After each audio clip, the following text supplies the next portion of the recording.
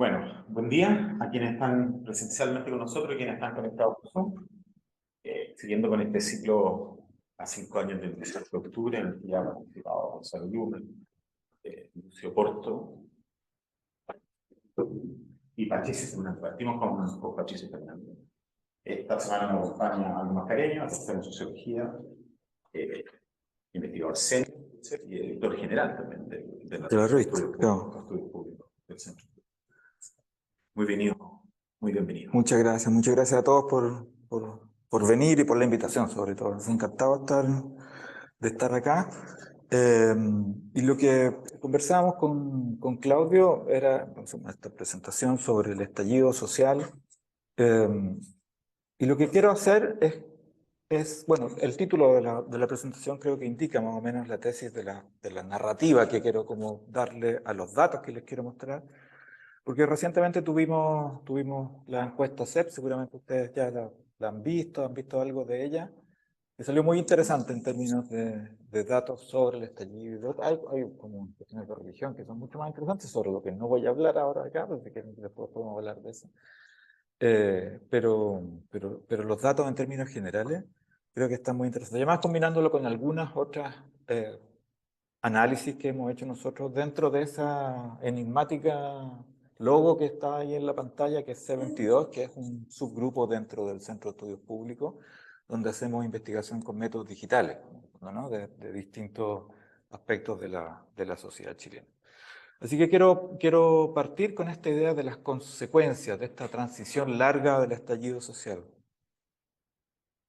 A lo mejor, no sé si como siempre me entró la duda con los 5 años de por qué aparece, ¿no? ¿Por qué aparece el estallido hoy a los 5 años? ¿Por qué 5 años es un hito, ¿no? O sea, acerca del estallido? ¿Por qué no los primeros no hubo tanta reflexión respecto del estallido como ahora, ¿no? Que pareciera ser como una cifra de alguna manera cerrada respecto al estallido. No sé si nosotros estamos considerando, si la sociedad considera que 5 años ya es un periodo adecuado para hacer una evaluación reflexiva del estallido.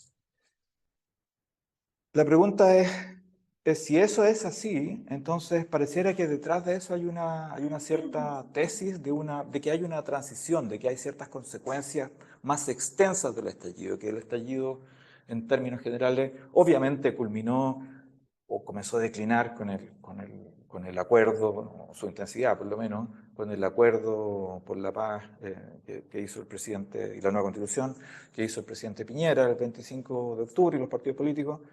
Yo diría que concluyó efectivamente el 20 de marzo, ustedes se preguntarán con qué, con el lockdown, ¿no? Que hubo que hacer por la pandemia. Yo creo que una de mis hipótesis es que el estallido como culminó ahí, pero las consecuencias de esto no se han extendido, yo diría que se han extendido todavía. O sea, probablemente en algunos años más nos vamos a estar preguntando también, así como nos preguntamos si había terminado la transición, si es que las consecuencias del estallido también en el futuro todavía siguen, persisten, o si ya en el fondo no se acabaron. Y esa es un poco la idea que está detrás de esta conversación. Y lo primero que les quiero mostrar es esta lámina de la encuesta CEP, donde preguntamos acerca de si el estallido usted lo considera bueno, regular o malo, ¿no? Y fíjense ustedes los datos que están ahí, como el 50% lo considera malo o muy malo, lo que seguramente ustedes ya sabían, ya vieron. Pero lo interesante de esto es cruzarlo por algunos datos. Y ahí puse algunos datos seleccionados de quiénes son los que los consideran más malo o regular. No anoté todos ahí, pero ese 50% es más bien gente mayor de 45 años, por ejemplo. Es gente de educación media incompleta. Y en general es gente de derecha, y la gente que contesta también no sabe, no contesta, pero también bastantes personas de centro, ¿no? Y también los que lo consideran más malo son gente de la región metropolitana. Pero si ustedes ven quiénes lo consideran regular, son los más jóvenes, ¿no? Y los que lo consideran más jóvenes, los regulares, son 46 y 33%, son bastante más que aquellos que lo consideran muy bueno o bueno. O sea, la evaluación buena, que alcanza en términos generales al 17%, ¿no? Es más baja también en la gente más joven, ¿no? O sea, no es que la gente más joven lo considere bueno o muy bueno, sino es que la gente lo considera regular, o sea, tuvo sus consecuencias. Y esa cantidad llega a ese 50 y tantos %. Y fíjense ustedes también que lo considera regular en educación, la gente de educación media completa y de educación superior.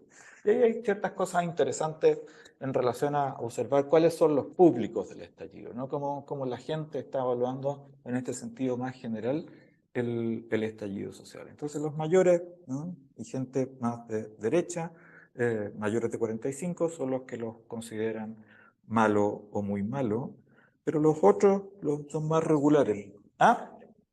Y la de gente con educación, exactamente, esos son los que lo consideran más malos, o sea, son los más afectados, uno puede decir los más desaventajados también, o sea, los que peor lo consideran. Probablemente eran también los que tenían mayores expectativas, ¿no? Respecto del estallido, y eso significa que durante todo este tiempo los decepcionó más también todos aquellos elementos que habían aparecido en esos años. Pero seguramente esta la vieron, porque este es un hit, encuentro yo, ¿no? O sea, esta, esta imagen, ¿no? El mensaje chilena. Claro, claro, uno puede ironizar mucho con esta, ¿eh? O sea, yo creo que esta es una buena pregunta para hacerle a políticos también, ¿no? O sea, políticos como de centro, centro izquierda, yo creo que también es una buena pregunta una buena pregunta también para todos nosotros, creo yo, ¿no? O sea, como a lo mejor algunos estuvieron muy seguros de que se rechazaba desde el inicio, pero otros pueden oscilar entre ciertos aspectos positivos y negativos. Yo creo que este es un buen ejercicio que uno puede hacer incluso internamente, en el fondo, ¿no? Qué cosas le parecían. Pero lo impresionante es esto, que aquellos que lo apoyaron bajaron del 55 al 23%. ¿Ustedes se acuerdan de cuánto fue el no en el plebiscito de 1988? Exactamente 55%, ¿no? 55% fue la cantidad que tuvo la opción entre el sí y el no en 1988. Fue de 55% también. O sea, la gente que no a la continuación de Pinochet hasta 98, creo que era, ¿no? Que permanecía en la... eh, y nadie podría imaginarse que 4 años después, 5 años después del plebiscito del 88, ese no hubiese bajado su apoyo a la mitad, digamos. O sea, a lo mejor como se había incrementado, porque como que todo el supuesto caos que iba a venir, como que con el gobierno de él, no hubo mucha transformación tampoco. O sea, se empezó a transformar la sociedad chilena en ese momento, pero entró muy bien de la democracia. Entonces, es muy interesante. ¿Y qué es lo que explica, creo yo, esta diferencia que se produce entre ese 55 y ese 23, o entre el 11% que la rechazó y ahora que ese crece a un 34%?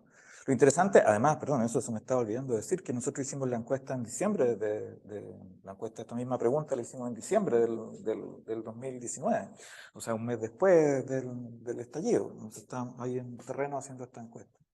Entonces era una cuestión absolutamente fresca.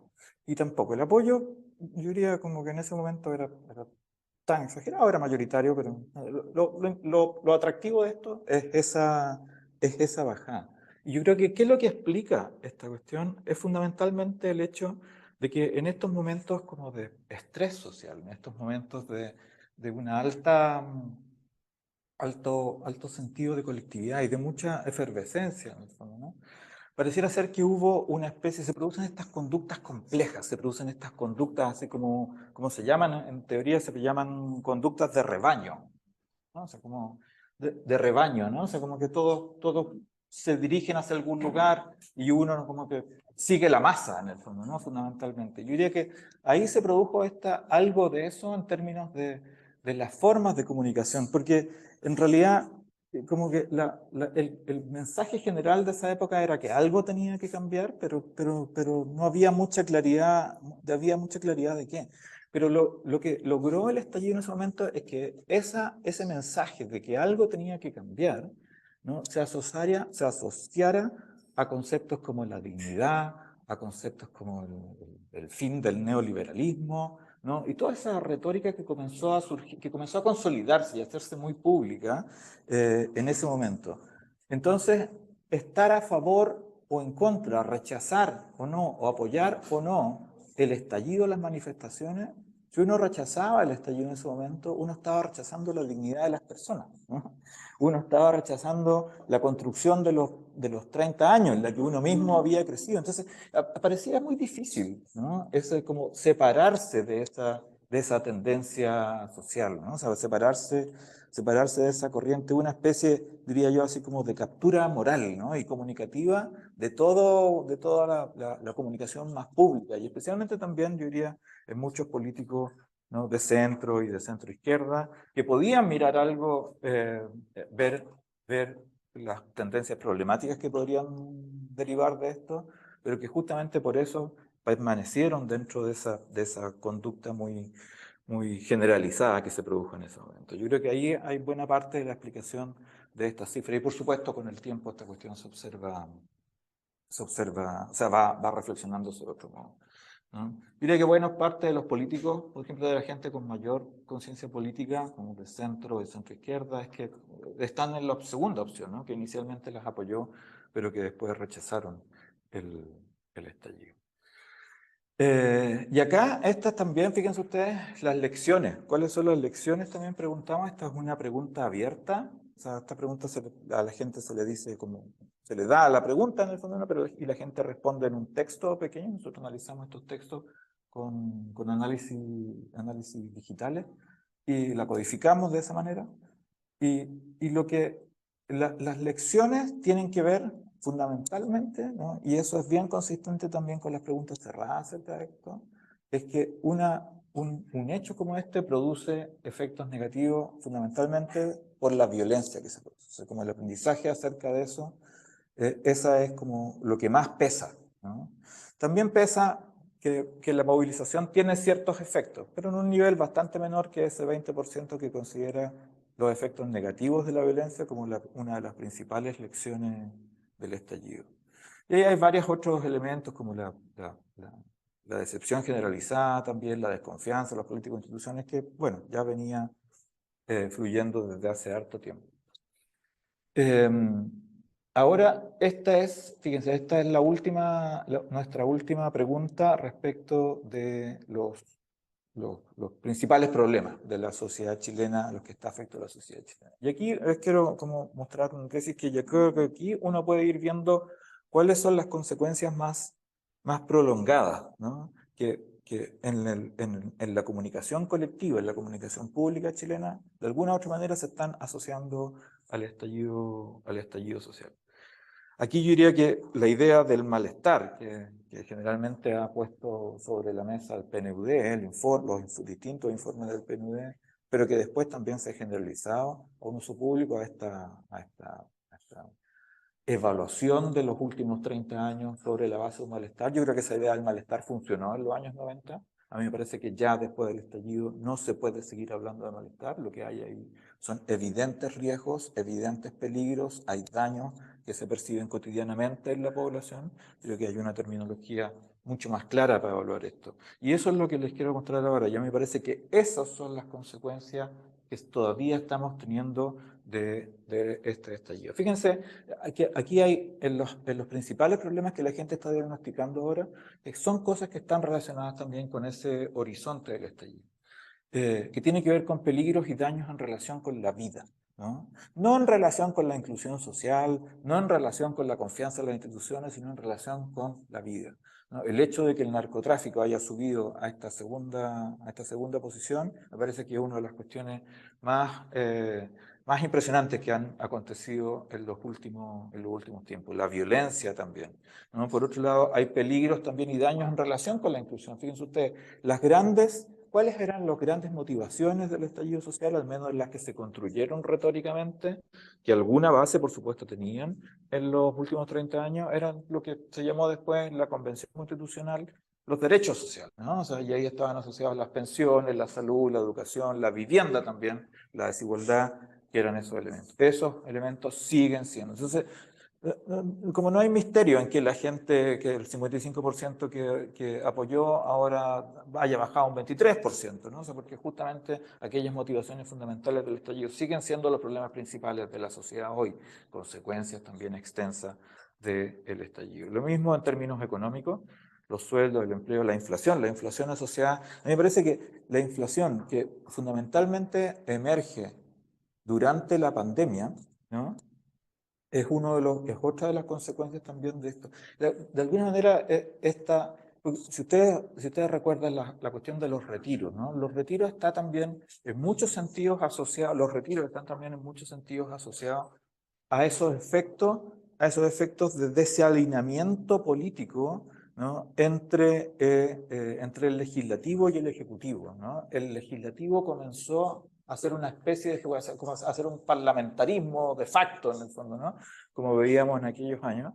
Y una de las consecuencias más principales y de más prolongadas de ese parlamentarismo de facto fue la inflación a través de los retiros y el consumo que se produjo y la exageración. Probablemente el primero, ya, ok, pasa el segundo quizás, pero ya de ahí para adelante la cuestión era absolutamente inadmisible. Y eso produjo también daños y peligros para todos. Entonces, uno puede decir que esa actitud de ese parlamentarismo de facto fue también una consecuencia de esta desafección o de esta separación que se estaba produciendo entre la sociedad y esta falta de autoridad que se produce en ese momento también política, ¿no? Esta falta de poder político que se produce. Fue una sublimación de la violencia, ¿no? Expresada justamente en esta especie de distanciamiento con el Ejecutivo.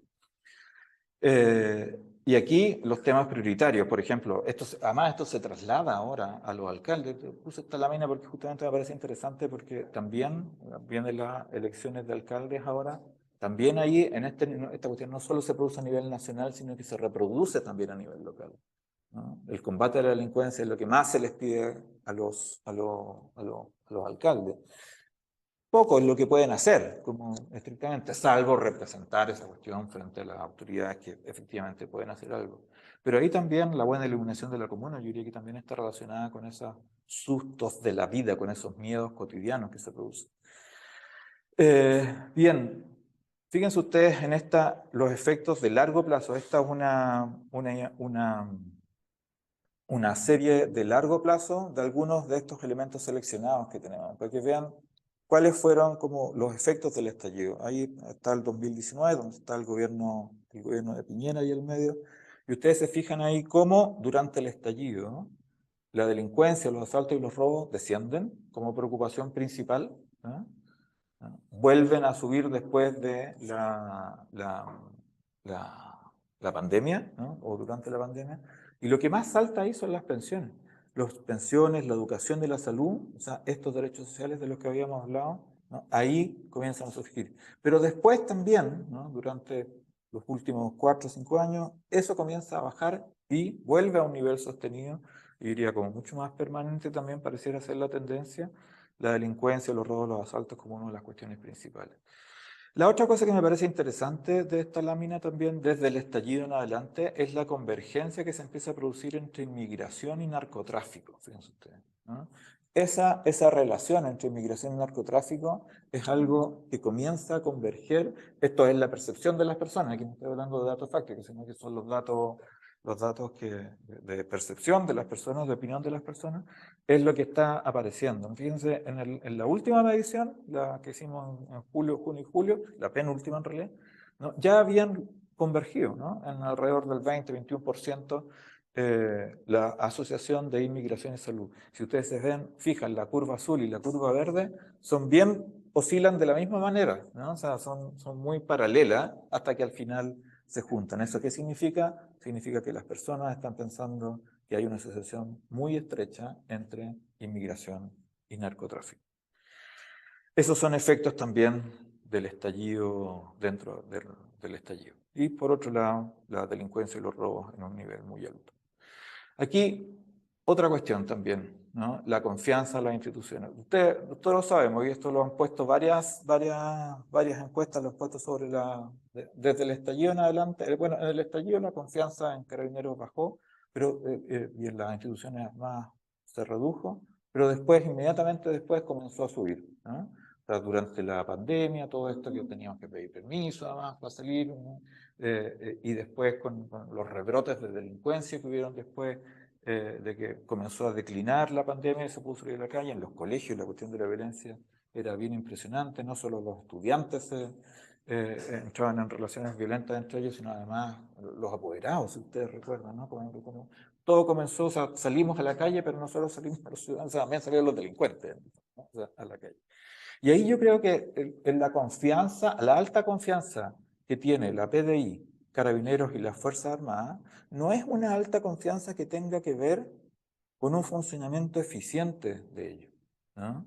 Sino que no es una alta, porque además piensen ustedes, o sea, durante toda la década del 2000, de la segunda década de los años 2000, 2010, 2020, conocimos múltiples casos de corrupción en Carabineros, en las Fuerzas Armadas, en la PDI menos, pero también hubo, ¿no? Entonces, esta alta confianza en la PDI, en Carabineros, en las Fuerzas Armadas, creo que especialmente después del estallido, no está asociada a este gran funcionamiento que parecieran tener o sea, no está correlacionado con eso, con los casos además de corrupción que hemos visto.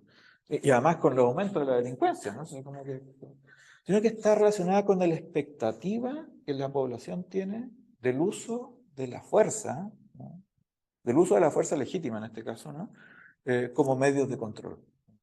La fuerza legítima me refiero a aquella fuerza que está legitimada por el derecho, ¿no? Dentro del Estado de Derecho. Entonces, más que una confianza en esas instituciones, lo que aparece acá es una expectativa de que solamente esas instituciones son las que pueden controlar los problemas que están aconteciendo ahora, ¿no? O sea, yo diría que tendría ojo con esa confianza, que más que confianza es una expectativa de uso de la fuerza. Bueno, hay aumentos de riesgos también, como lo ponía, no de malestares ya, sino que en los actores económicos, también de exclusión social. Fíjense ustedes, el sistema de pensiones siguen siendo elementos importantes en términos de su baja confianza, ¿no? O sea, y esta me parece como una de las más claves, la baja confianza que hay en los tribunales de justicia y en el Ministerio Público. Porque más allá de las instituciones, de que las instituciones del control directo, ¿no? De los casos de violencia y corrupción sean la fuerza, o sea, los carabineros y la PDI fundamentalmente, el sistema de justicia es el sistema que tiene que restaurar esas expectativas quebrantadas, en el fondo, ¿no? Normativas de orden social quebrantadas, y eso tiene que hacerlo con una expectativa de futuro. Y eso hoy absolutamente no existe, ¿no? Y pareciera ser que incluso después del estallido, esta cuestión se está agudizando más, este problema con los tribunales de justicia y con el Ministerio Público. Fíjense ustedes, ahora solo hay que pensar en lo que está pasando en la Corte Suprema, ¿no? O sea, uno debiese pensar ya que en las próximas mediciones este nivel de confianza en los tribunales de justicia seguramente va a reducirse. Yo creo que ahí hay una cuestión que es muy de fondo, ¿no? De la cual se habla poco, creo yo, ¿no? Porque se habla más de la delincuencia, pero acá está la base, ¿no? Del orden social, la base de la proyección de orden social hacia el futuro, ¿no? O sea, porque el control más directo, más cotidiano, ya corresponde a Carabineros, corresponde a la PDI, pero el control del orden social, la posibilidad de que uno se proyecte en ese orden social en más largo plazo, tiene que ver justamente con un adecuado funcionamiento de los tribunales de justicia. Bueno, y esto ya lo saben, el gobierno, el Congreso, los partidos, siempre en las últimas posiciones de la tabla. Esa simplemente no refería como a ver estas cuestiones en el largo plazo, para que ustedes vean también los cambios que se produjeron, esas curvas hacia abajo, por ejemplo, en las instituciones de seguridad, que ahí están Carabineros, las Fuerzas Armadas, la PDI, es lo que se produce en el estallido, después eso se recupera, vamos a ver si sigue subiendo esto, si llega a si llegaron al 60%, por ejemplo, no sé, cosas así, uno pudiese pensar. En todas las curvas, si ustedes se fijan, hay una más intensa o una menos intensa declinación, ¿no? Pero después vuelve a momentos posteriores que son los que tenemos ahora. ¿Dónde está la principal fuente de peligro, ¿no? En la actualidad? Es esta idea que nosotros hemos llamado una generalización de la violencia. Cuando hay una pregunta en la encuesta CEP, esta es la encuesta CEP de junio y julio, que le preguntan esto: ¿cuán preocupado está usted de que alguien de su familia o usted sean víctimas de un delito violento? Fíjese usted, 85% dice que está muy preocupados, ¿no? Como las altas. ¿Y cuáles son las preocupaciones principales de eso? Que lo saltan en la casa, ¿no? En espacios íntimos, en la vida pública, o verse involucrados, y eso es algo nuevo, ¿no? En una balacera. Eh, Yo recuerdo que en los años 90 nosotros leíamos y conocíamos bien la cultura electoral-chilena. Había una socióloga chilena que estaba en la Universidad de Chile, que se llamaba, y que siguió trabajando en los años 2000, entiendo yo, que se llamaba Doris Cooper, ¿no? Ella hablaba de la delincuencia en Chile, tiene un libro muy bonito que yo recomiendo leerlo, que se llama La delincuencia en Chile. Ella hacía entrevistas en las cárceles, ¿no? Con los presos. Entonces, entrevistas personales. Conocía, iba a la cárcel, entrevistaba a los presos, pasaba mucho tiempo con ellos, era una especie de etnógrafa, ¿no? De los delincuentes. Y ella mostraba en su libro cómo existía una cierta ética del AMPA, ¿no? Había una estratificación, pero además había una ética del AMPA. Esa ética del AMPA, uno de los principales elementos de esa ética del AMPA era que los ladrones profesionales rechazaban a cualquiera que asaltara, ¿no? Y que ocupara medios violentos en ese asalto, ¿no? O sea, rechazaban a los choros, rechazaban a los lanzas, rechazaban a todo aquel que en una situación de asalto, que entran a tu casa y te pegan, ¿no? Eso por el ladrón profesional era absolutamente mal visto, ¿no? Porque, ¿no? Los desprestigiaba, ¿no? Eso es lo que le contaban a los ladrones profesionales. Esa era la categoría que usaba Doris Cooper a ella en aquellos años. Fíjense ustedes, o sea, la violencia no parecía estar en esa ética del AMPA, ¿no? Eso cambió radicalmente en los últimos 5 años, ¿no? O sea, hay una inversión absoluta, ¿no? O sea, de esa ética. Ahora la violencia es la forma, como se dice en esa expresión, como show off, ¿no? Es como, es una escenificación, es una forma de mostrarse, una forma de también tener de sobresalir, una forma de tener exactamente un estatus distinto. ¿Y qué es la forma del narcotráfico? Una generalización de la violencia, la forma de los narcotraficantes apuntan a eso. Hoy tenemos nuevos actores, ya nadie habla de Lampa, ¿no? Ustedes si ponen atención a los medios de comunicación, a las noticias, nadie habla de Lampa, ¿no? O sea, ninguna noticia. O sea, hablan del narcotraficante, hablan del asaltante, pero ese concepto de hecho ya cambió, ¿no? Quedó obsoleto para describir la realidad social que estamos viviendo hoy, y eso de nuevo, ¿no? Consecuencias a largo plazo se ha agudizado desde el estallido hasta ahora. ¿Cuáles son los principales grupos detrás de la violencia? Les preguntamos, ahí tienen, ¿no? Narcotraficantes, inmigrantes. Esta asociación que veíamos en la encuesta, los datos duros, que se estaba convergiendo entre ellos, ¿no? Pareciera haber una alta asociación ahí, que yo creo que es injusta, que no debería hacerse. No son los inmigrantes, obviamente no son todos narcotraficantes.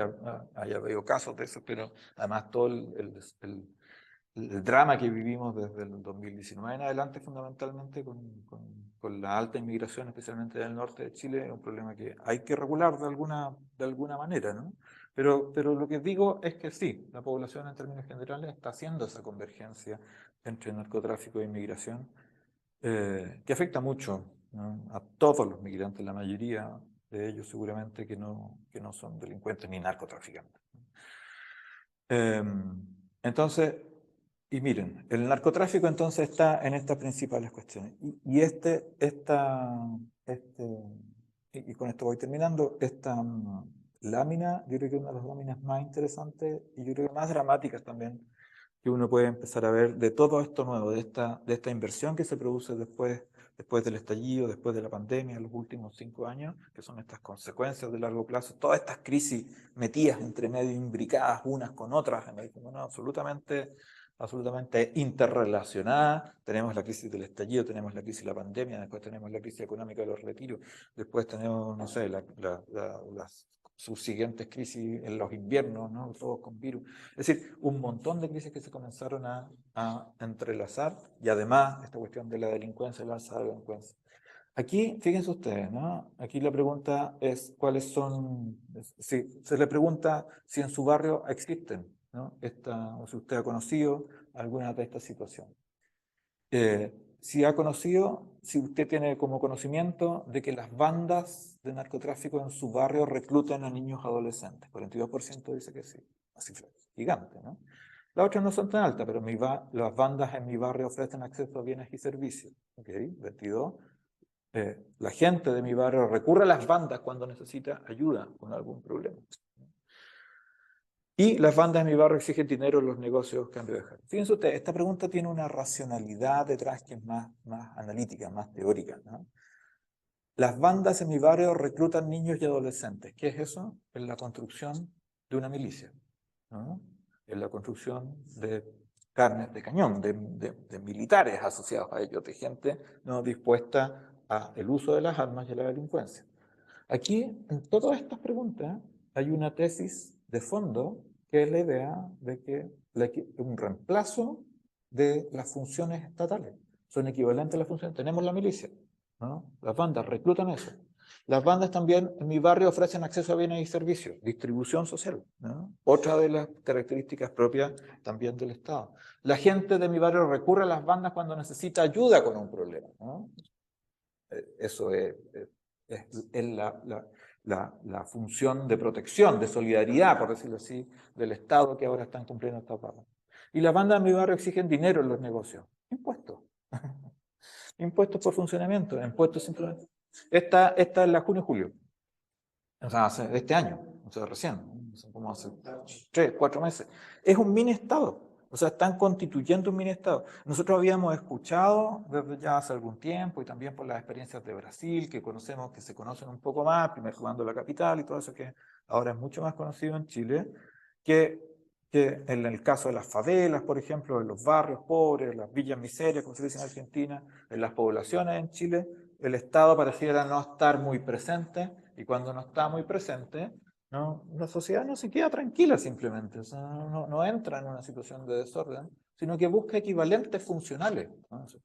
Y esos espacios vacíos los comienza a llenar el narcotráfico. Y eso acontece en los últimos 5 años. No estoy diciendo que esto esté correlacionado directamente con el estallido, ¿no? No es esa mi tesis, sino que desde ahí en adelante pareciera ser una marca, ¿no? Donde cada una de estas múltiples crisis comienzan a pasar y comenzamos a tener una sociedad hoy día bien distinta, ¿no? Donde el narcotráfico puede cumplir todas estas funciones. Los porcentajes no son bajos, no son los más altos, pero están ahí, o sea eso está existiendo, ¿no? Pareciera ser que va a existir. Y sin ponerle, por eso también decía la expectativa, en las Fuerzas Armadas, la expectativa en Carabineros, en la PDI, tiene que ver con esto, ¿no? Tiene que ver justamente con esta experiencia tan dramática que está aconteciendo en los últimos días. Y por último, ¿no? ¿Cuál es esta cultura narco, ¿no? Que está apareciendo con las armas como expresión cotidiana en un 30%? El control territorial también, ¿no? La naturalización del empleo de la violencia física, lo que justamente que hablamos, la inversión que se produce, ¿no? En la violencia como algo que desprestigiaba al delincuente profesional del AMPA, que tenía una ética profesional, y ahora es justamente la violencia lo que aparece como el medio principal para tener esta presentación de sí mismos, ¿no? Ante la sociedad y ante el público en términos generales. Y eso tiene consecuencias. A mí me parece que una de las principales consecuencias que ha tenido todo esto desde el estallido en adelante y este incremento de los problemas de seguridad que han existido es justamente esta tendencia a la supresión, a que la gente esté dispuesta, ¿no? A suprimir todas las libertades públicas y privadas para controlar la delincuencia. A mí me parece que eso es una de las cuestiones más dramáticas, porque eso es lo que abre justamente la puerta a populismos parademocráticos o autoritarismos parademocráticos. Eso es lo que abre la puerta justamente a perder las condiciones democráticas, ¿no? De existencia. Eso a mí me parece que es uno de los principales problemas que estamos enfrentando en la actualidad. Esta disposición a perder las libertades, a renunciar a determinadas libertades. Porque además uno renuncia medio permanentemente. Si un estado de excepción es un estado de excepción. Toque de queda no es que un toque de queda va a ser el viernes o el lunes en la noche, entonces como que va a ser el sábado, ¿no? Pues, sí, solo uno tiene que recordar, ¿no? Lo frustrado y lo enclaustrado que se sentía durante el confinamiento de la pandemia para saber lo que significa perder ese tipo de libertad, ¿no? Tener que pedir permiso a Carabineros para poder salir de la casa es algo realmente como que Y la gente, ya, por eso es expectativa, ¿no? Por eso es expectativa de cambio, hasta que yo les hablaba al inicio, ¿no? Seguramente como a la semana de que perdamos esas libertades por el control de la delincuencia, hay que buscarlo, ¿no? Hay que, ya todos van a estar aburridos, creo. Pero seguramente hay que buscar ahí eh, el- la, la medida como adecuada de uso de la fuerza dentro de los límites del Estado de Derecho, justamente para el control de esto. Y ahí seguramente hay más que uso de la fuerza en esto. Esto no es solamente aplicar la fuerza bruta, hay mucho de inteligencia también detrás que sirve en esto. Y estas se las puse porque me imagino que también les interesa ver, ¿no? Siempre son pocos la identificación con los partidos, el Partido Republicano y el Renovación Nacional son los que más tienen. Ahí está la UDI, como ustedes pueden ver. Evópoli, hay un poco más, pero nada, son como, aquí lo más impresionante es que el 63% no tiene ninguno. Ahora la identificación con partido, o sea, esta es como identificación, si la otra que uno es simpatizante o identificado con algún partido es más alta, ¿eh? O sea, eso llega como al 35%, creo que es más alto. Esa es la que está ordenada Por los que tienen más porcentaje. La nota arriba hacia abajo, sí.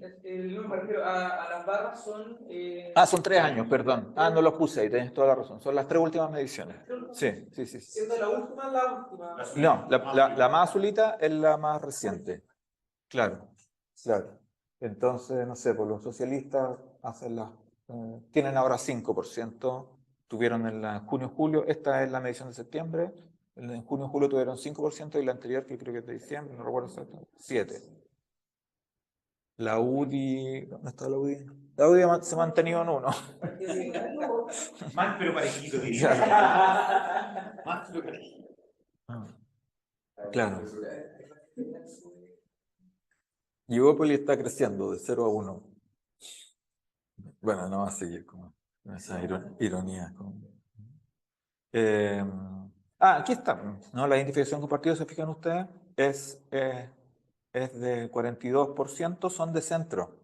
Esto es súper interesante, creo yo también, ¿no? Algo conversábamos antes respecto de este tema. De derecha, perdón. 42% son de centro. Uno pudiese pensar, bien, la gente está más moderada, ¿no? La gente no quiere extremo. La gente no quiere extremos, la gente como que quiere convocarse hacia el centro. Por fin alguna información positiva dentro de todo esto que tenemos, ¿no? Izquierda y derecha están justo en el 17%. Ahí hay un grupo grande también de no sabe, no contesta. Pero la pregunta aquí es, ¿qué es el centro? Es muy grande. Entonces la pregunta es, ¿qué es el centro, cierto? Porque o sea, uno ya no puede imaginar ese centro que uno tenía idealizado respecto de que el centro era esa democracia cristiana, en el fondo de partidos multiclasistas que convocaba a un gran grupo de personas que podía conversar tanto con la centro izquierda como con la derecha. O sea, ya no es ese grupo, ¿no? el que está ahí. Si uno ve, por ejemplo, esta otra pregunta que a mí me parece muy interesante, y esto es lo último que les quiero mostrar, porque a mí me parece que esta es la gran consecuencia que nos muestra desde el estallido en adelante, que en Chile estamos como transitando hacia algo que nosotros llamamos una postdemocracia, ¿no? Un cierto carácter postdemocrático, donde sigue existiendo una alta confianza en la democracia. O sea, de hecho, la confianza en la democracia, que la democracia es siempre la forma preferible de gobierno, sigue siendo alta. Antes era más alta, es cierto, llegaba como al 64%, llegó en diciembre del 2019 durante el estallido. Hoy está en el 47%, ¿no? Pero se ha mantenido en los últimos años alrededor del 50%, ¿no? O sea, como que eso está claro. Al menos la mitad de la población de Chile, ¿no?, piensa que la democracia es preferible a cualquier otra forma de gobierno. Pero fíjense ustedes lo que pasa en el 2017, ¿no? En la medición de abril del 2017, cuando las líneas rojas y la amarilla se cruzan, ¿no? La amarilla es que a la gente como uno, esta es la formulación, a la gente como uno le da lo mismo un régimen democrático que un autoritario, ¿no? Lo mismo, ¿no? Eso es el gran grupo de no sabe y no contesta. Eso es un gran grupo de, comillas, centro, ¿no? Ese más o menos por ahí está el centro ahora, ¿no? Porque fíjate acá que los que no saben no contestan bajan a 4. Entonces, esta pregunta está capturando todo ese centro que antes decía que era, ¿cuánto decíamos que era el centro? 42%, ¿no? Todo ese centro está apareciendo ahí, ¿no? Está apareciendo entre ese 17% que dice que en algunas circunstancias es preferible un régimen autoritario y ese otro 31%. O sea, no es ese centro moderado, ese centro que en algún momento incluso pudo haber votado por los independientes en la convención, que después seguramente, porque los independientes lo decepcionaron en la convención, y la convención decepcionó en términos generales, se movieron al apoyo al PDG en las elecciones parlamentarias del 21, ¿no? Claro, en esas elecciones que le dieron al PDG como el mayor crecimiento en esa época, que ya no existe, ¿no? Que después se movieron hacia republicanos, porque también el PDG los decepcionó, ¿no? Se movieron hacia republicanos en el Consejo Constitucional y que ahora probablemente vuelvan a votar por independientes, ¿no? Que hay hartos, además, independientes en las elecciones parlamentarias. A mí esto es lo que me parece, todas estas formulaciones que están acá me parece que son las más interesantes, ¿no? O sea, este gráfico es el que yo creo que da la idea de medio hacia dónde vamos, ¿no? A esta constelación. ¿Qué significa postdemocracia? Significa que las instituciones formales de la democracia, las elecciones periódicas, los partidos políticos, siguen existiendo, pero existen con una muy baja confianza, ¿no? Una muy baja confianza, y la relación de las personas, de nosotros, los ciudadanos, con esas instituciones políticas e instituciones sociales, se vuelve muy instrumental y poco sustantiva, ¿no? Y esa condición postdemocrática, que yo diría que es la que estamos enfrentando en la actualidad, es lo que abre la posibilidad de la aparición por el lado de estos líderes populistas que captan la atención tanto de ese 31% que está creciendo. Fíjense ustedes cómo ese crece sostenidamente desde el año 2017, desde el año después de la pandemia, ¿no? Empieza a crecer de nuevo, después del estallido, empieza a crecer de nuevo, y hoy ya está en el 31%, y parece que va en alza. Ese 31% que, ¿qué es lo que dice? Que a la gente como uno le da lo mismo un régimen autoritario que un régimen democrático, ¿no? Esa no es una gente que tenga un especial afecto por la situación democrática. Y eso es, diría yo, lo más llamativo que me parece a mí, que es la historia de los últimos 5 años. Esa es la consecuencia más larga, en el fondo, ¿no? De todo lo que ha acontecido. No, insisto, no es necesariamente una consecuencia directa del estallido social, pero sí es algo que a partir de ahí se nos hace a todos más claro, ¿no? Que está apareciendo como un escenario muy paralelo a esta, y que empieza en la última. A mí me preocupó este último dato de 47%, porque es la primera vez que en mucho tiempo baja del 50% del apoyo a la democracia como la forma preferible del gobierno, ¿no? En todas las mediciones que tenemos, que son mediciones desde, no sé, 15 años, 20 años de esta cuestión, ¿no? Eso es lo que quería contarle. Bueno, muchas gracias, muchas gracias, Aldo. Queremos dar un espacio para Sí, por favor, lo que quieran.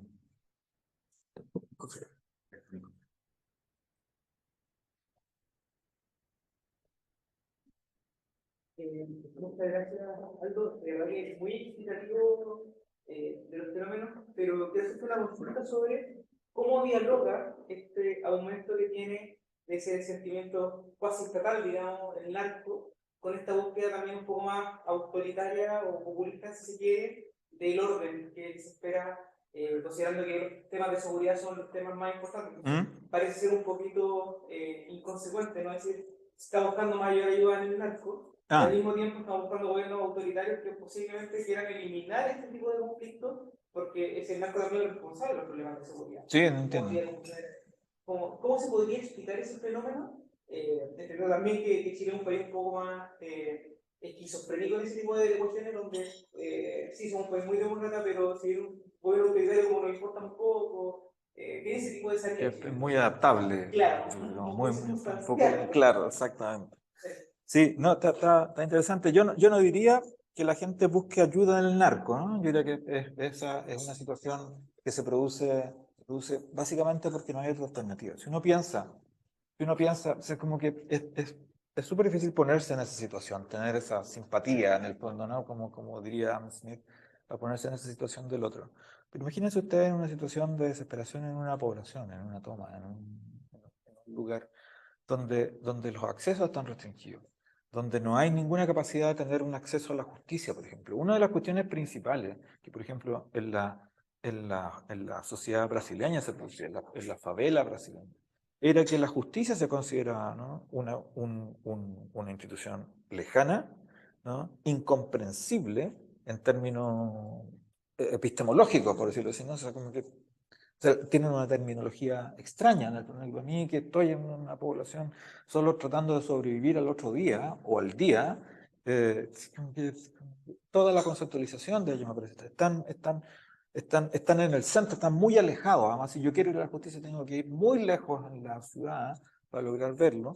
Y además es algo que toma mucho tiempo. Si yo tengo esa opción y tengo otra alternativa al lado, que pareciera que está llegando, ¿no?, que me ofrece un equivalente de eso, o sea, la cuestión está...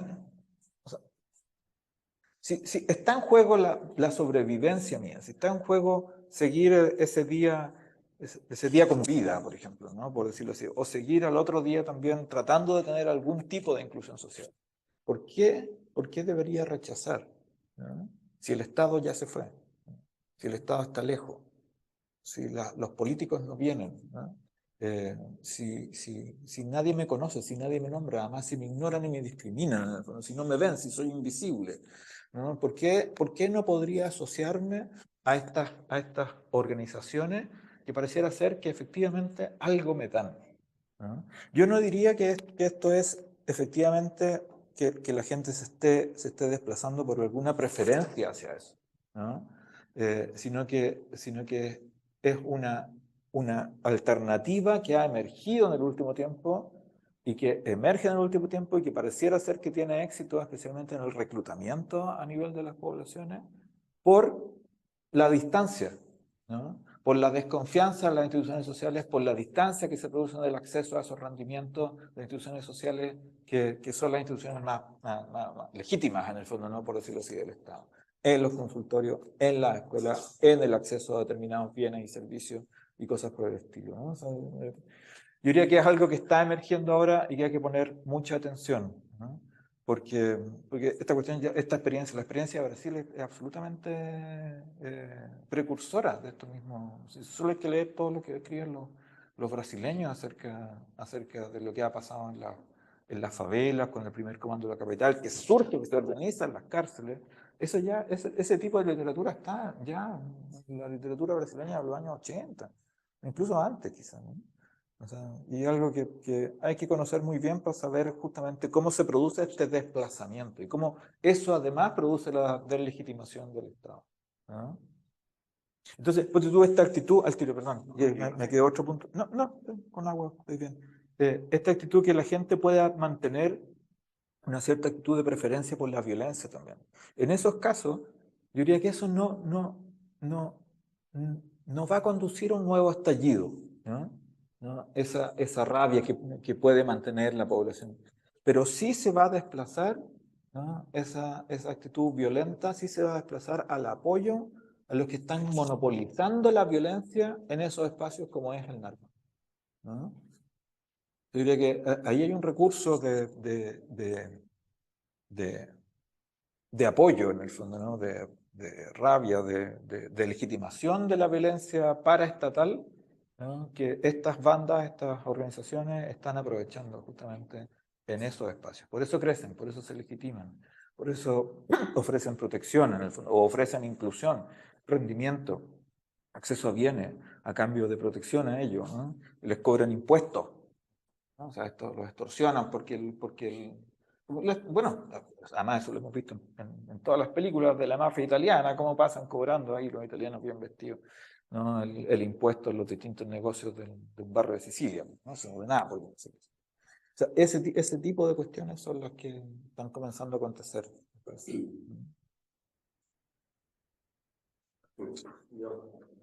Ya. Muchas gracias por la exposición. Tengo una duda por una crítica que creo que no alcanzó a salir acá, pero que sí la miré en la serie, ¿Ya? sobre la satisfacción con la vida. Ah, sí, sí, sí. Porque un poco antes del estallido social, siento que si uno estudia como todos los indicadores desde violencia hasta economía, como que estábamos muy bien. De hecho, esa era como la tesis del piñerismo, como estábamos muy bien, pero las personas al final se sentían mal y al final parece un poco por el estallido. Hoy día pareciera todo un poco al revés, como que la economía está muy mal, la violencia está muy desatada, pero entiendo que subió la satisfacción con la vida propia. Eso será como un ajuste de expectativas. Esta es súper buena la pregunta. Justo había escrito algo sobre eso en estos días, así que te puedo responder como con cierto recuerdo de los datos. La satisfacción con la vida subió un poquito ahora, pero siempre ha sido alta. La satisfacción con la vida más individual, ¿no? Siempre ha sido alta. Ahora está en 73%, creo, ¿no? O sea, es una satisfacción con la vida muy alta. Y lo que tú describes, Benjamín, es una situación que siempre parece muy paradójica, ¿no? Este hecho de que yo siento que mi vida personal está muy bien, y me llevo muy bien con mi señora, me llevo muy bien con mi hijo. De hecho, eso es lo que dicen cuando uno entra en esa pregunta así más específicamente, no sé, la relación con la pareja, en el fondo, o sea, satisfacción buena, muy buena, 92%, 90%, una cosa así como, eso es mentira, no sé, eso no existe. O con los hijos también, ¿no? O sea, como muy alta, ¿no? O sea, una satisfacción así muy alta. O sea, la gente pareciera estar muy satisfecha con la vida propia, en el fondo, ¿no? También está muy satisfecha con su trabajo, ¿no? Fíjate, ¿no? O sea, no es solamente una satisfacción con la vida, así como muy satisfecha con su trabajo, muy satisfecha además con el lugar donde vive, ¿no? O sea, si uno junta todos esos datos, lo que observa es que la gente está satisfecha en términos generales con sus círculos, con su vida en un espacio más íntimo. Pero si tú le preguntas, ¿no?, ¿qué es lo que pasa en el país?, ¿no?, el desastre absoluto, ¿no? El país está desordenado, el país es caos, pero yo cierro la puerta a mi casa y ahí me siento bien. Ahí me llevo bien con la pareja, me llevo bien con los hijos, ¿no? Yo estoy feliz con el trabajo y mi casita me gusta, ¿no? Es como que todo eso pareciera que está situado dentro de los espacios más íntimos, ¿no? Lo que dentro de la teoría sociológica o el análisis sociológico de los últimos años también, Cateraujo, por ejemplo, lo ha concebido así, como un proceso de individuación que pareciera ser con el cual los chilenos y chilenas están más satisfechos con su proceso de individuación más íntimo. Y ese proceso de individuación se produce en esos círculos íntimos, ¿no? Pero fuera de él, ¿no?, no existe. Entonces uno siempre dice, o la gente dice, quiero decir, ya, el sistema de educación en Chile es una porquería, no funcionaba nada, está todo discriminado, no funciona, no hay colegio, o sea, los colegios no hacen clases, el ministerio es un desastre, etcétera. Pero el colegio donde está mi hijo funciona perfecto, ¿no? El sistema de salud también, ¿no? O sea, las colas, la lista de espera, eso no sé, nunca la tienen, te atienden mal, ¿no? Pero el consultorio al que yo voy, fantástico, son todos súper simpáticos, ¿no? Y así, con múltiples cuestiones. La economía del país, por ejemplo, la percepción de la situación económica propia va subiendo, ¿no? Sube y llega como un 30%, si no recuerdo mal, 32% o algo así. Pero la situación de la percepción económica del país va abajo, ¿no? Los datos convergen. Entonces yo diría que no es tan contradictorio. ¿En qué sentido?, ¿no? En el sentido que cuando en el espacio del país no hay inseguridad, hay mucha inseguridad, ¿eh? Inseguridades relacionadas con la violencia, como tú mismo estabas formulando, inseguridades relacionadas con el futuro, con el crecimiento económico, con toda esta violencia que estamos observando, la gente tiene que buscar un espacio donde recrear esas seguridades, ¿no? Y uno de los espacios donde recrea esa seguridad y donde encuentra la motivación para enfrentarse cada día en la sociedad con las decepciones a las que la sociedad te está sometiendo, es ese espacio más íntimo, más familiar, ¿no? Entonces pareciera ser que ahí, en ese espacio más íntimo, en la satisfacción con la vida, ¿no?, es donde la gente está extrayendo ciertos recursos para tener motivación para levantarse cada mañana, ¿no? Y llegar al trabajo y lidiar con los problemas del trabajo, porque además el trabajo me gusta, ¿no? Es donde está teniendo como también la motivación para enfrentar los problemas del cabro chico en el colegio, que no le va bien en las notas, Ya, pero este colegio está bueno. El sistema de educación en Chile no funciona para nada, pero yo tuve la suerte de quedar en este colegio. Entonces, como ese es el tipo de formación. Entonces, uno pareciera ser que en ese proceso de individuación está satisfecho con su proceso de individuación mismo, ¿no? Esa autonomía que uno tiene para decidir, para realizar el propio proyecto de vida, perdón, para realizar el propio proyecto de vida y poder desplegarlo, ¿no? A pesar de que tengamos tan baja confianza en las instituciones. Y la otra fuente es la religión, ¿no? Pero esa la podemos ver en otro momento.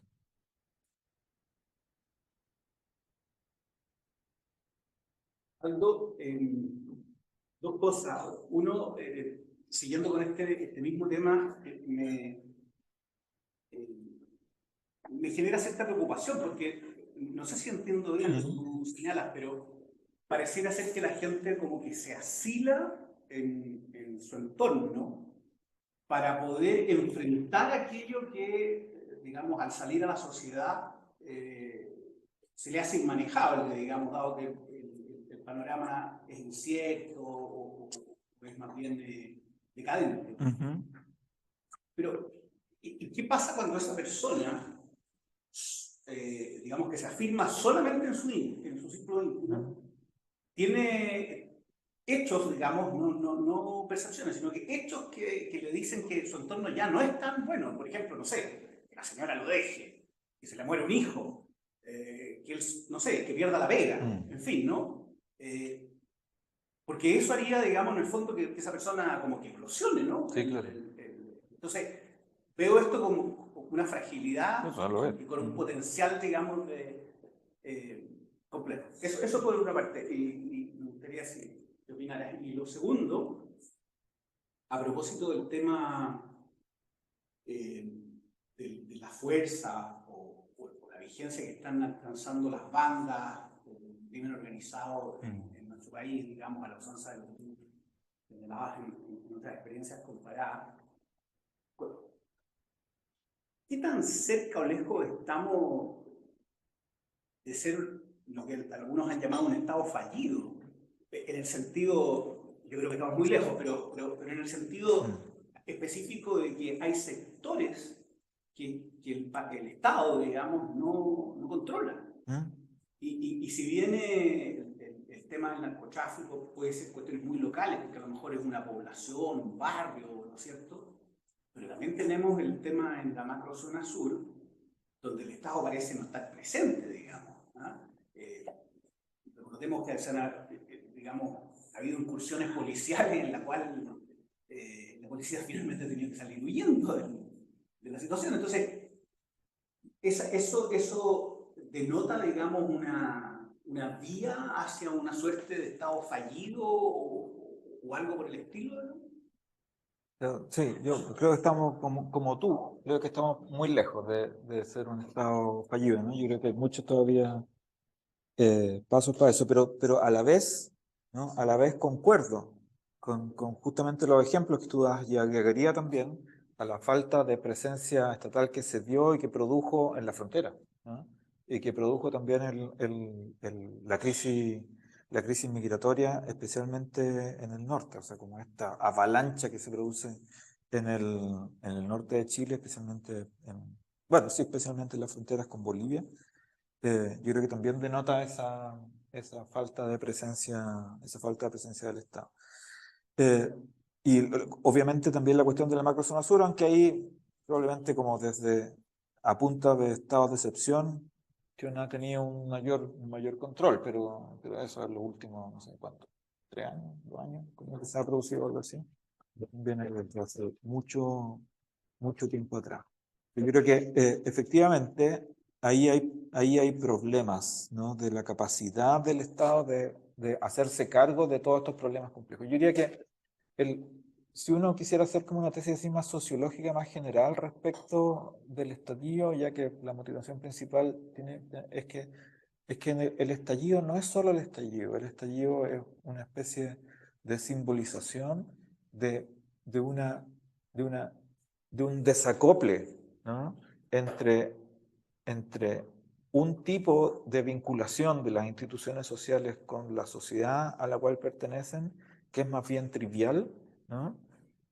Que es más bien lineal, por decirlo así, ¿no? Y yo creo que el estallido muestra que esa sociedad ya no era una sociedad lineal como la que teníamos en los años 60, en los años 80, en los años 90 incluso, ¿no?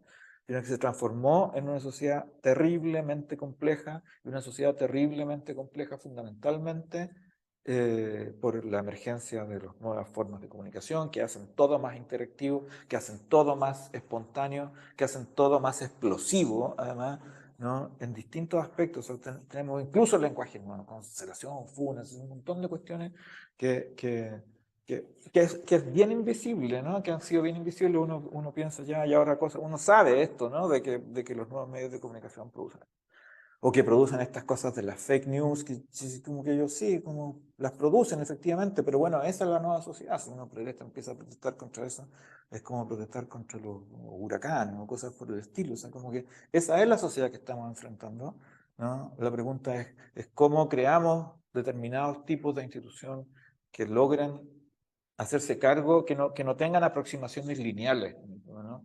Con una sociedad que ya es evidentemente compleja. A mí me parece que el estallido muestra esa complejidad de la sociedad y muestra a partir de ahí cómo se fueron también concatenando múltiples crisis con eso, esta crisis socionatural global, que fue la crisis de la pandemia, ¿no? Las crisis que se produjeron en términos económicos también a partir de la inflación, con los retiros, ¿no? El aumento de la delincuencia. O sea, estamos en esa situación de, donde teníamos ciertas formas de comprender nuestra sociedad que siguen siendo todavía probablemente mucho más simples a nivel institucional de la forma en que la sociedad realmente está siendo, mucho más acelerada, mucho más cambiante, mucho más impredecible, mucho más insegura, ¿no? Por eso, y ahí paso a la otra, esa sociedad, ese orden es frágil, es tremendamente frágil, como tú efectivamente dices, ¿no? Y yo creo que la actitud de las personas de moverse hacia esos espacios, a buscar, no un refugio, diría yo creo que no un refugio, porque los espacios sociales de las familias son espacios de profunda sociabilidad también, y que tienen que ver además con los amigos y con las relaciones que se producen, incluso con los amigos, no solamente en la familia, sino con los amigos en el trabajo. Yo creo que buena parte del hecho de que la gente esté satisfecha con su trabajo tiene que ver también con que después se van de aquí al Lomit, no sé, a tomarse una cerveza, no sé, o algo por el estilo, no sé, también lo pasan bien, ¿no? Por decirlo así. Y son espacios que recrean esa sociabilidad. Pero que estemos cerca de un Estado fallido, no, yo creo que no. Así como la figura del Estado fallido que uno tiene en mente es la figura de Haití, ¿no? Yo creo que estamos, Haití, por ejemplo, ¿no? O Venezuela, ¿no? Que son estados porque realmente, ¿no? Eh, se convergieron sobre sí mismos, ¿no? Y no salen de ahí, ¿no? Como que colapsaron sobre sí mismos, implosionaron. Esa es la palabra que estaba buscando, ¿no? O sea, Chile está lejos de eso, ¿no? Está lejos de eso, justamente porque yo creo que de este orden postdemocrático. Yo ni siquiera creo que estamos cerca, yo creo que ya estamos ahí, ¿no?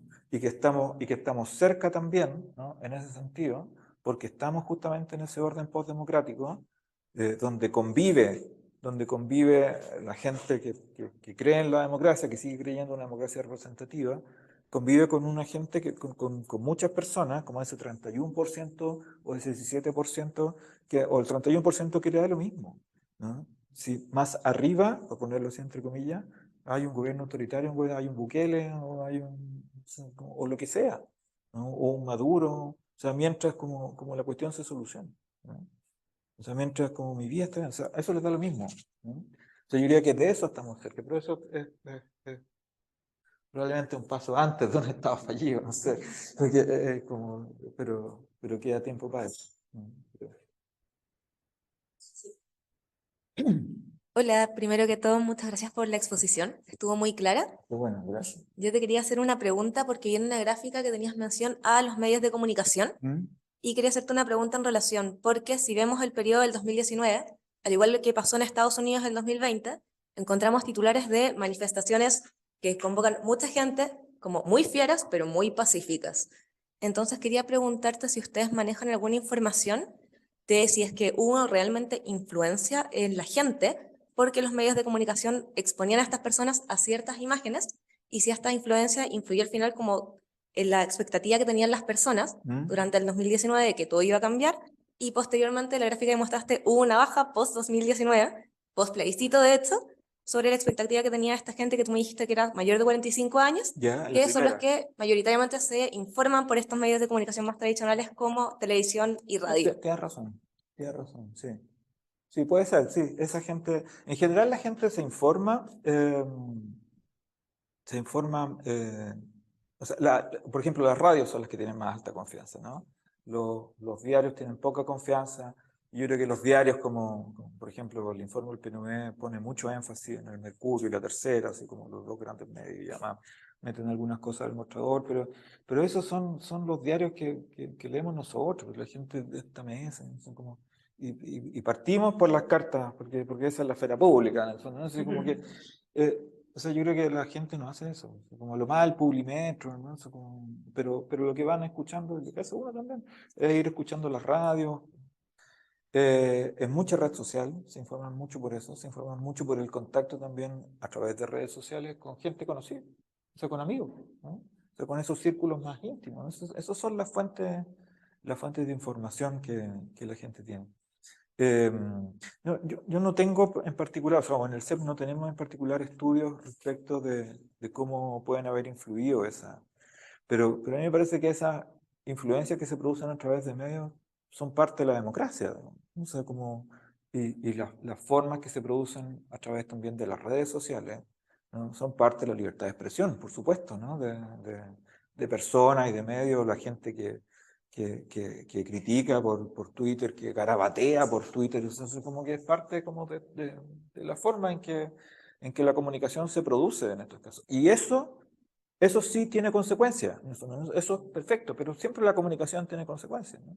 Tiene consecuencias porque ahora la cuestión es mucho más interactiva, por tanto es mucho más oscilante, se mueve como olas de mar, en el fondo, ¿no? Esta cuestión, ¿no? Que uno no sabe por dónde viene la otra ola en una corriente, ¿no? O sea, pues aparece por allá, después te llega por acá, después te llega otro por atrás y te moja. Entonces, como que ese es el tipo de sociedad en un sentido comunicacional en el que estamos viviendo, ¿no? Yo creo que sí, las fake news, por ejemplo, ¿no? De las cuales se habla tanto y que se le atribuye tanta capacidad de manipulación de los públicos, siempre, además, como llegan a públicos chicos, algunas se viralizan, ¿no? Pero que el hecho que se viralicen no significa que todos lo crean, ¿no? Nunca una fake news no tiene desmentidos, por ejemplo, no tiene contra fake news. O sea, además, como en las mismas redes sociales también se pone mucho énfasis en este control de la población, pero se habla poco de la forma en que grupos distintos, ¿no? eh, también reaccionan frente a ese control, ¿no? Contra movimientos, por decirlo así, a los movimientos más hegemónicos de tendencias que se producen en redes sociales, ¿no? Eso fue en las campañas norteamericanas, eso acontece mucho, ¿no? O sea, grupos de distinto tipo que están en contra de la campaña de Trump, por ejemplo, ¿no? Que reaccionan a las fake news de Trump, ¿no? Con otras fake news mostrando que los meetings de Trump están vacíos, por ejemplo, ¿no? Y que nadie va a sus meetings, ¿no? Y inundan las redes sociales de Trump con fotos de grupos de K-pop, ¿no? Cosas así, o canciones.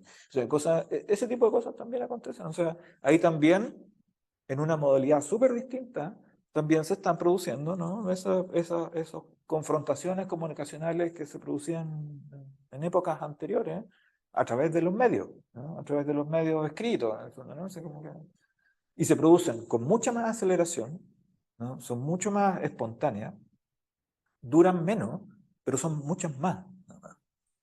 Entonces, yo creo que uno no tiene que observar ese mundo de esas redes sociales, la dinámica de esas redes sociales, con los criterios que uno observaba la dinámica de las cartas al director del Mercurio. Entonces, como que eso es un profundo error, ¿no? O sea, no digo que tú lo estés haciendo, sino que o sea, ese es el cambio también que se ha producido en los últimos años.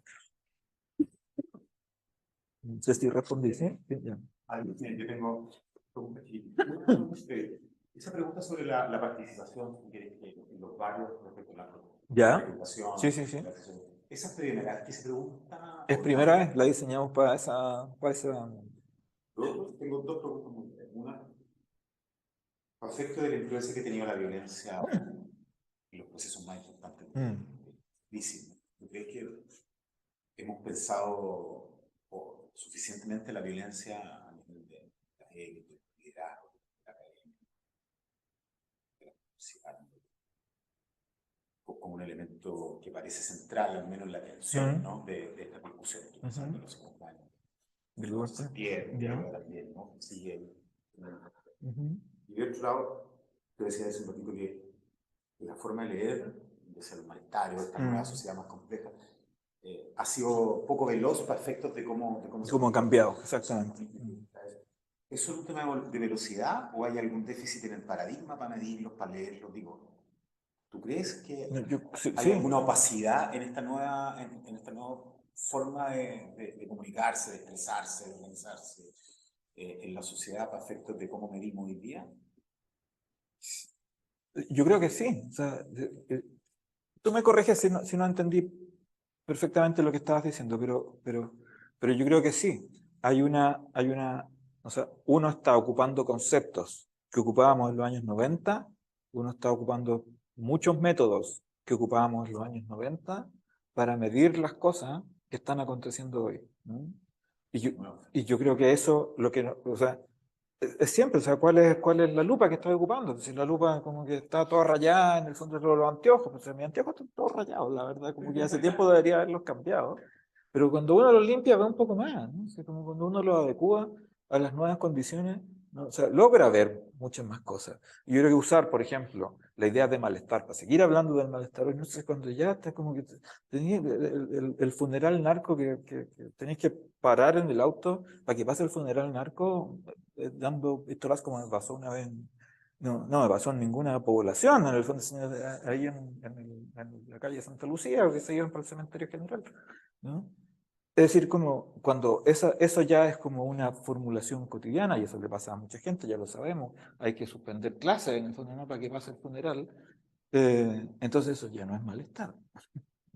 Es una patudez llamarle. Y una mala comprensión, ¿no? De esas cosas, ¿no? Genera malas soluciones, ¿no? O sea, y eso lleva justamente a esta disociación que se produce entre la forma en que el Estado tiene que ocupar ciertos espacios, ¿no? Y los problemas que comienzan a emerger simplemente porque el Estado no los comprende, no los ocupa, ¿no? Y no genera las intervenciones adecuadas en eso.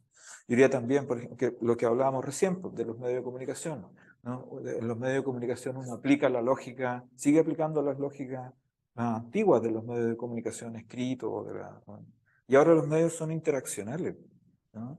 O sea, las primeras... mire, ¿cuándo empezaron este tipo de movimientos, de estallidos, de revueltas? Empezaron, yo diría que las primeras empezaron a aparecer en el 2005 en las periferias francesas, ¿no? ¿Se acuerdan ustedes que todo el anillo de París empezó con varias protestas? Y eso entiendo que fue en el 2005, ¿no? Después la primavera árabe, pero en ese momento no con redes sociales, sino como con SMS, ¿no? O cosas por el estilo. No sé si ustedes recuerdan esta cuestión de los flash mobs, ¿no? ¿Se acuerdan de ese concepto, no? Los flash moves eran, claro, que la gente se mandaba video a través de su teléfono, un mensaje, no sé, o un link para ver una cierta coreografía, ¿no? ¿Se fija? Y a gente indeterminada. Y quedaban de juntarse en algún momento, ¿no? En un espacio, claro, en un espacio público, en una estación de trenes, ponte tú, ¿no? Y ponían la música y comenzaban a hacer la coreografía que todos habían aprendido por separado, ¿no? Esa es la primera expresión de una nueva forma de coordinación social, ¿no? Para producir efectos públicos, ¿no? Con una interacción a distancia absolutamente distinta a la forma en que esto no se podía hacer antes, ¿no? Esa es la misma lógica que luego se aplica en todas las protestas. ¿no? Que por primera vez en el fondo en el Chile se aplicó, yo diría, en las protestas del 2011, ¿no? En las marchas. En las marchas del 2011 se fueron las primeras coordinadas también por redes sociales. Yo diría que antes en Londres también hubo varios riots, ¿no? Se llama allá, y las protestas en Francia. Y de ahí para adelante todo fue así. O sea, el estallido social no solo fue en Chile, aparece en varios sectores. Las protestas del año 2011, en el 2011 comienza la primavera árabe, estaban los indignados en España, los Occupy Wall Street en New York, o sea, eran en Brasil, ¿no? ¿Recuerdan ustedes Camila Vallejos también en Sao Paulo, ¿no? Arengando las masas, ¿no?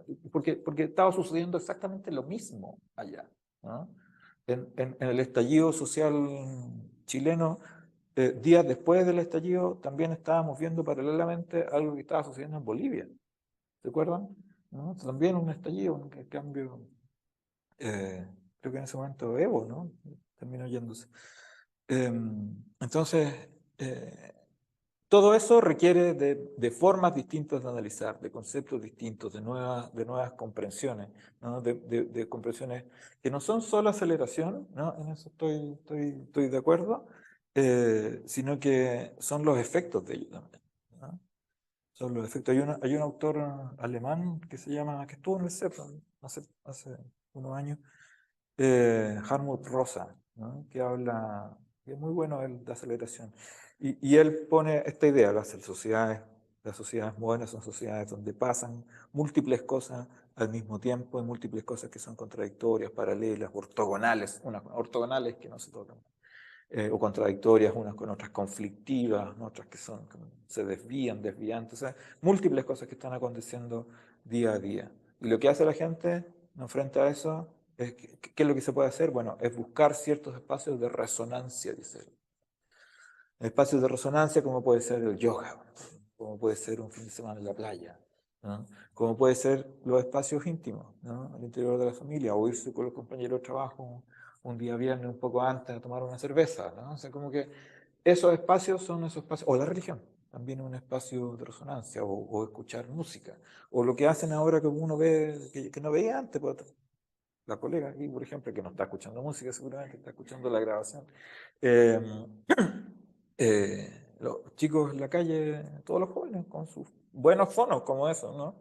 Escuchando música, o sea, con una forma de reencontrar una energía de alguna manera positiva frente a este caos con el que se observa el mundo, que es el mundo que les tocó nomás, que nos tocó vivir, ¿no? Nosotros nacimos en otro, ¿no? En uno más ordenado, más previsible. El de hoy nos pasa por el lado, a todos, ¿no? Jóvenes y viejos, ¿no? Nos pasa exactamente por el lado. Y eso requiere instrumentos distintos, ¿no? Eso requiere aproximaciones, eso requiere conceptos distintos, ¿no? Porque eso es lo que te permite ver cosas distintas. Entonces no son malestares, son riesgos y peligros, son daños. No son los medios de comunicación tradicionales, son los medios de comunicación tradicionales para una cierta población, como tú dices, la población mayor, pero además son todos los otros, para todo el resto de la población, incluida la población mayor, que también se ve influida por estas cuestiones.